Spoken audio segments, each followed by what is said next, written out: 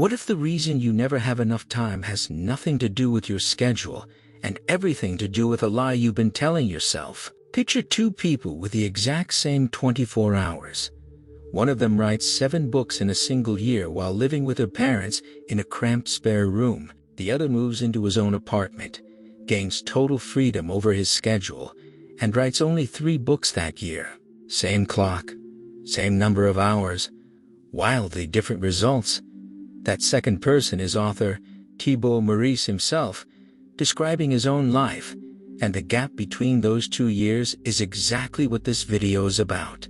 Here's the myth: almost everyone believes that being productive means cramming more tasks into your day, or finally finding the perfect app, planner, or morning routine that unlocks unlimited output. We treat time management as a logistics problem.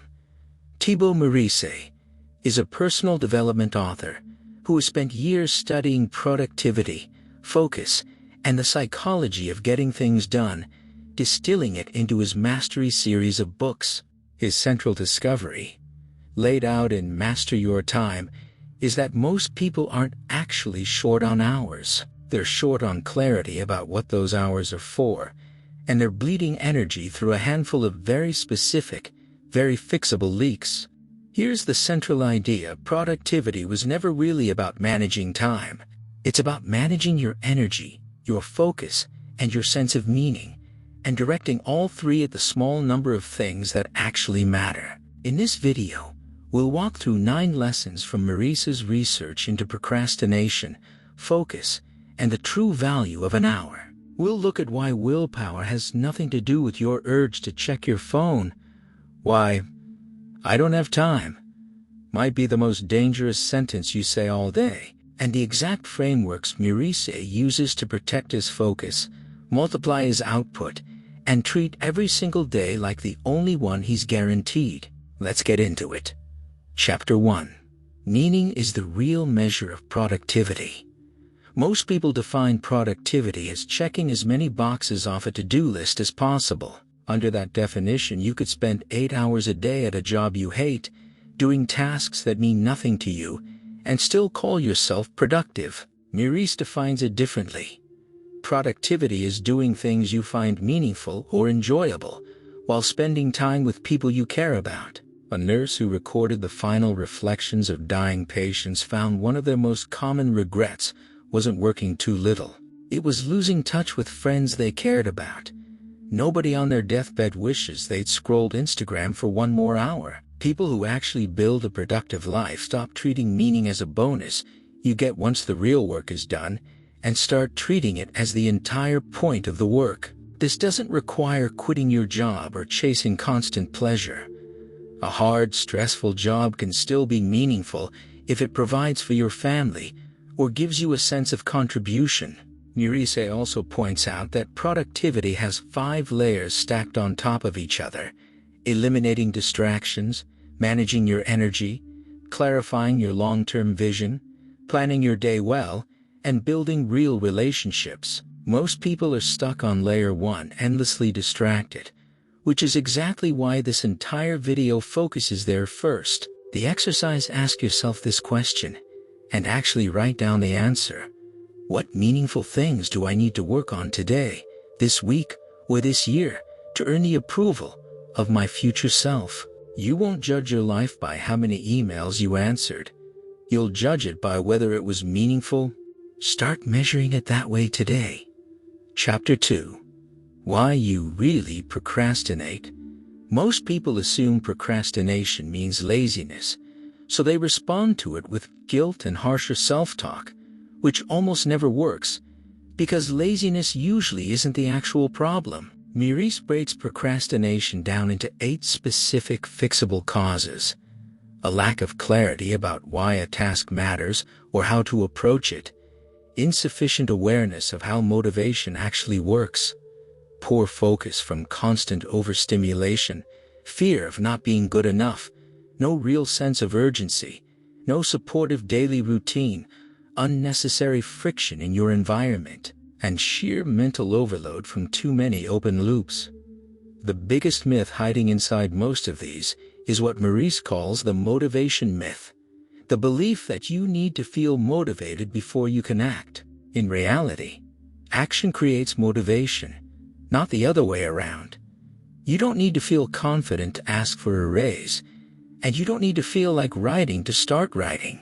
There's also a sneaky trap buried in procrastination itself. Every time you push a task to your future self, you're assuming that future version of you will magically be wiser, more disciplined, or more motivated than you are right now.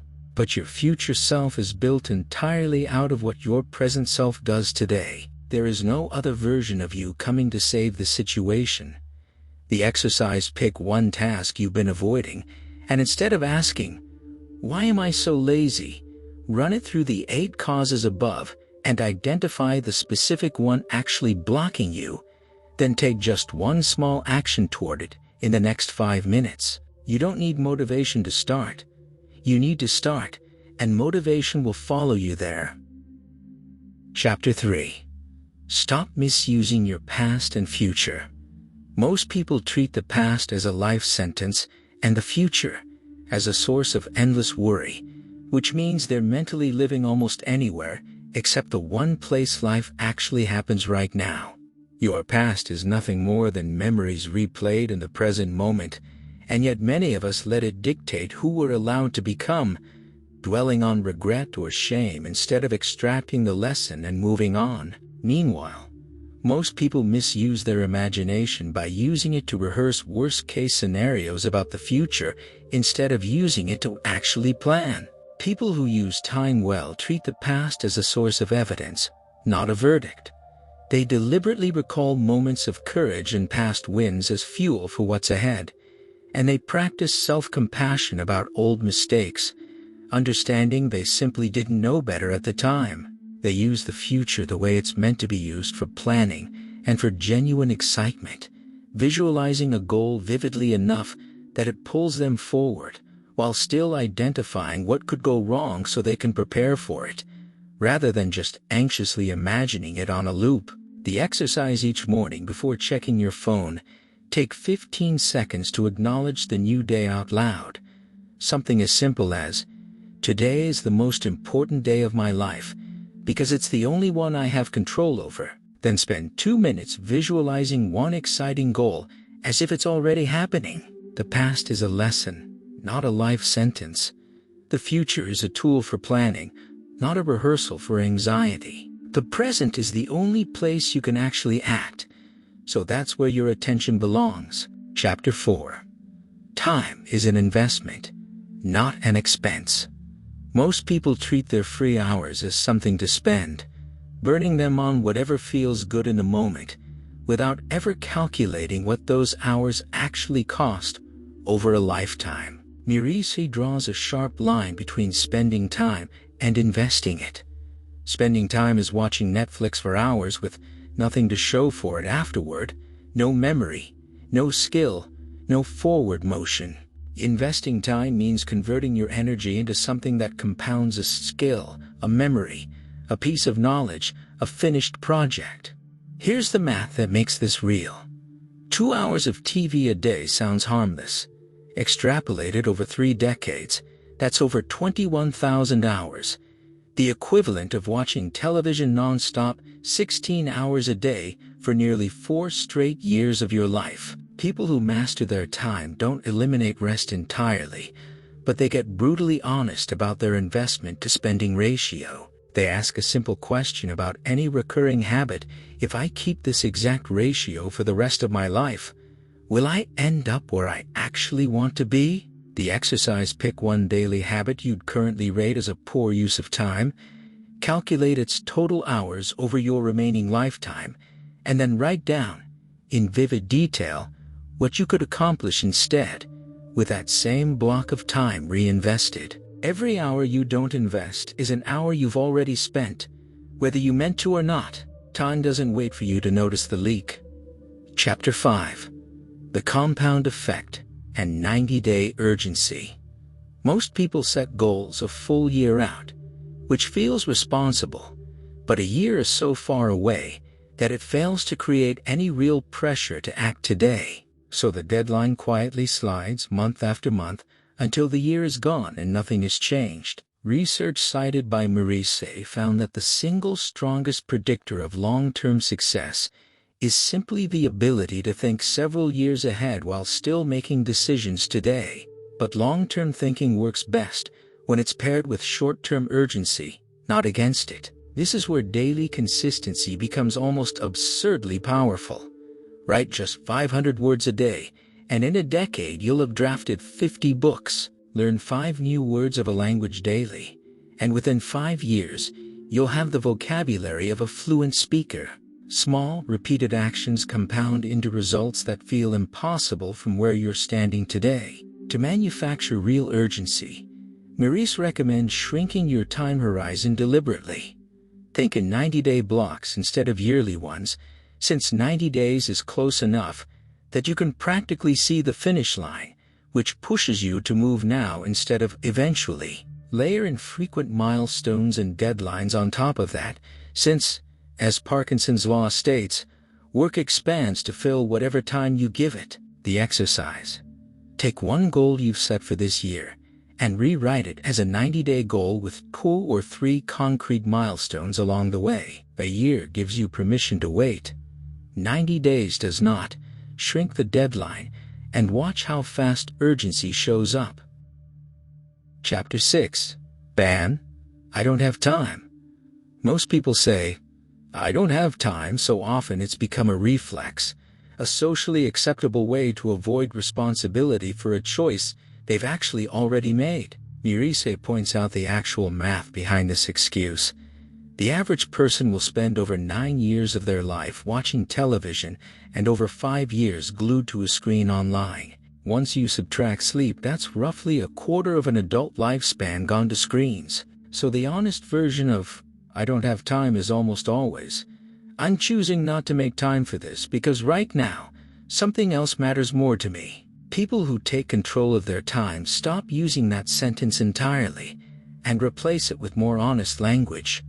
I'm choosing not to prioritize this right now, or the more useful question, how could I make time for this? That single reframe turns a dead-end excuse into an active problem you can actually solve. It also exposes your real priorities, since you'll always find time for whatever genuinely matters to you. The exercise for 1 full week, log your actual activities in detail. Everything, including the minutes lost to social media or compulsive email checking. Most people are shocked by the gap between how they think they spend their day and how they actually spend it. You don't lack time. You lack an honest inventory of where it's already going. Take the inventory, and the excuse disappears on its own. Chapter 7. The 7 criteria for meaningful time. Most people evaluate their day using one blunt question: did I get enough done? That single metric misses almost everything that actually determines whether time was well spent. Meurisse offers 7 sharper criteria instead. Was the activity meaningful, enjoyable, challenging, memorable, self-worth enhancing, effective for your goals, and health enhancing? He applies this test to his own life directly. Binge-watching Netflix for hours failed. Almost every single criterion: not meaningful, not memorable, not self-worth enhancing, not healthy. Studying Estonian, on the other hand, a language he'd been putting off learning despite living in Estonia, scored well across most of them. Meaningful because it helped him belong, challenging because of the unfamiliar sounds, enjoyable because he genuinely likes learning languages. The people who use their time well don't just cut out bad habits and hope for the best.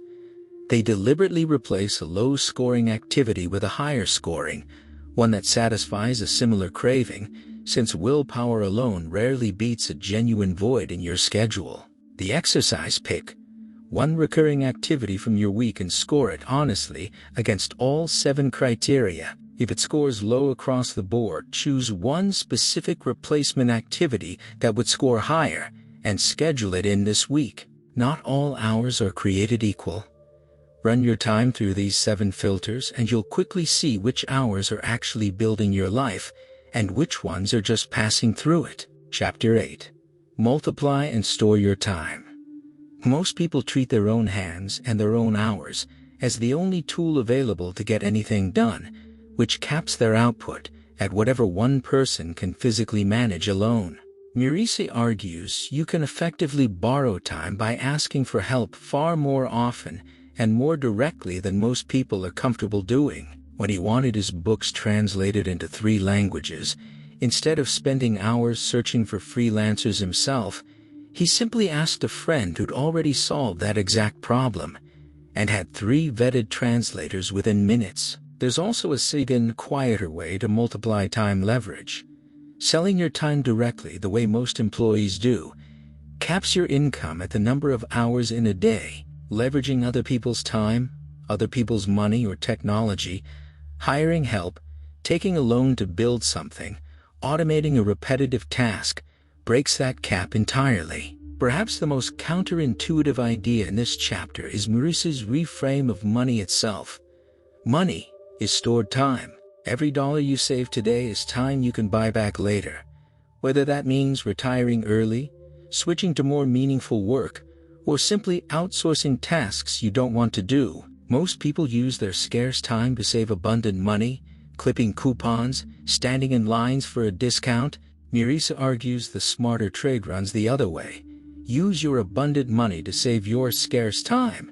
The exercise: identify one task this week you could hand off, either by asking someone who's already solved it, or by paying to remove it entirely, and notice what you do with the time you get back. You were never meant to do everything alone. Borrowing, leveraging, and investing your time are not shortcuts. They're the actual skill. Chapter 9. Build your focus superpower. Most people believe better productivity requires a more complicated system, the perfect app, an elaborate color-coded calendar, another course on time management. Meurisse argues almost the opposite. The single most powerful productivity tool you'll ever have is your raw ability to focus, undivided, on one task, and most people are bleeding that ability away in ways they don't even notice. Researcher Gloria Mark found that office workers are interrupted roughly every 11 minutes on average, and it takes about 20 minutes to fully recover deep concentration after each one. Meurisse organizes the way we lose focus into 4 categories.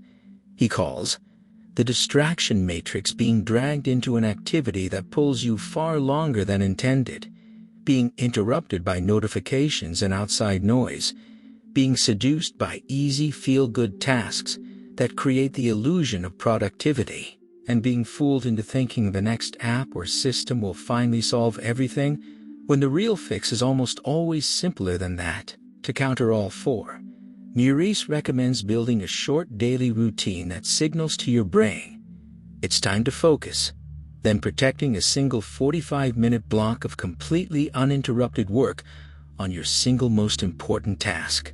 He also introduces a simple mental model for planning your day.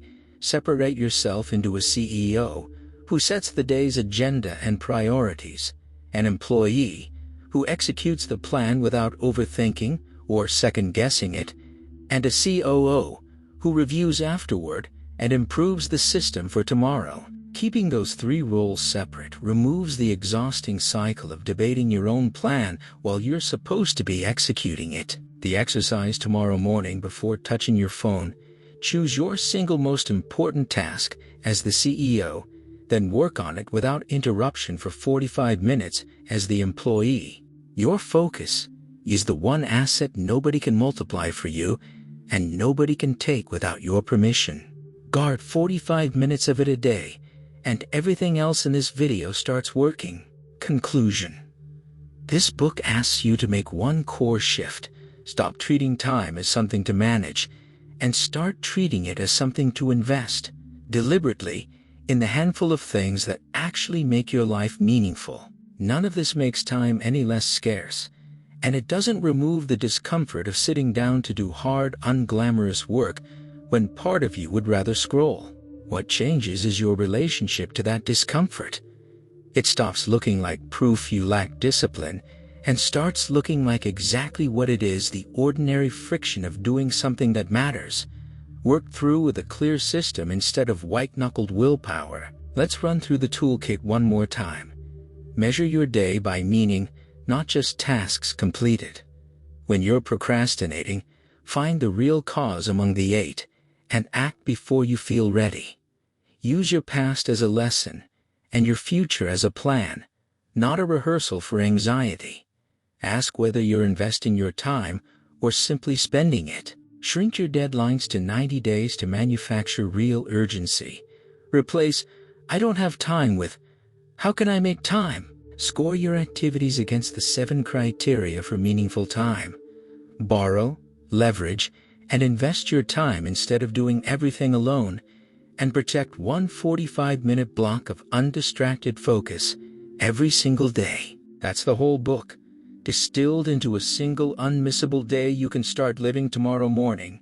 If this summary gave you something worth carrying into your week, hit subscribe here on The Mind Master, because we break down one book like this every single week. But don't just watch it and move on. Tomorrow morning, before you touch your phone, write down the one task that matters most today and give it 45 minutes of your full, undivided attention. Turn the theory into power.